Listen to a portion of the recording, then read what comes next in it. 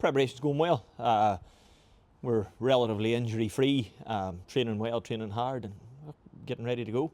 And if we look back at how the years went so far, I think probably the turning point from the outside looking in, would be that Kildare and Meath game in the middle of the league. We had a couple of tough days against Kerry and Down, but I think we kind of pushed on after that, and really starting to find a bit of form and a bit of belief.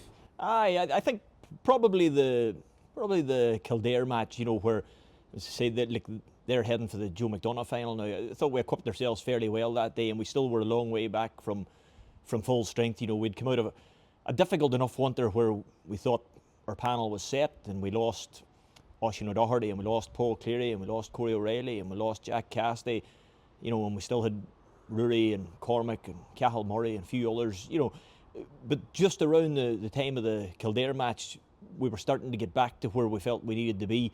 And we really pressed on from there. Our performance, I think, the next day out against Meath was maybe as good as we've had all year. I know we've had good performances against Donegal, but I suppose Meath was a team probably that had come down from the McDonagh that we had never beat. We probably hadn't won a game at that level, and that was probably one for confidence. That was a big one.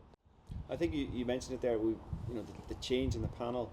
I think I was looking at there's 7 completely new faces that had never played for Derry Hurling in any capacity, senior capacity before this year. So that's slowly changing. Good positive signs there that those lads came in and they got that experience. I think so. There was a big turnover in the panel, bigger turnover in the panel than we expected there to be. There was 11. There's 17 from my first year here. It's big numbers. But the guys that came in really gelled in really well.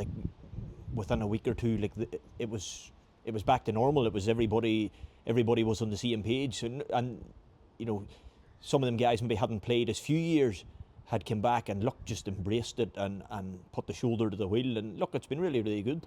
And I think it's Derry's 5th Christy Ring final. It's the 4th in the last 5 years, and it's probably the third year in a row. So we've got good positive experience going in, and we kind of know what to expect next week.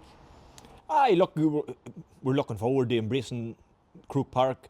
I think anything that we ever went before is irrelevant to us. We've got to focus on performing on the day, one last big performance. That's what it's about. What happens after the performance looks after itself, but that's our focus. Go there, perform, and see where we're at the end. And a special mention, I think it's Mark Craig's, I think it'll be his 145th game for Derry next week, across football and hurling.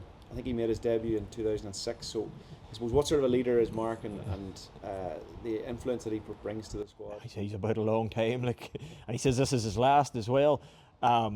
He's a phenomenal leader, and he's a phenomenal player.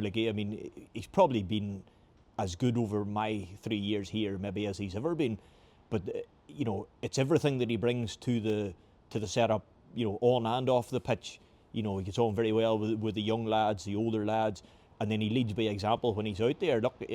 He's a credit to this county. My God, he soldiered when nobody was soldiering. And just today there, we've had the kids coming in after their games and meeting the players, and it's great for, I suppose, them to come in and see meeting the players, and I suppose see that it's all achievable for them as well. I love that. I love to see the children out there and meeting the lads and signing sticks and signing jerseys. If that inspires them Cubs to come and hurl for their clubs and hurl for Derry, at the end of the day, that is what it's all about. There's nothing will warm your heart like seeing a couple of hundred children sitting out there cheering Derry hurling on. And hopefully their clubs or the parents and all will get them to Croke Park next Saturday, because that's what they want to see them. Every child wants to see their heroes playing in Croke Park, and hopefully that's where it'll be next week.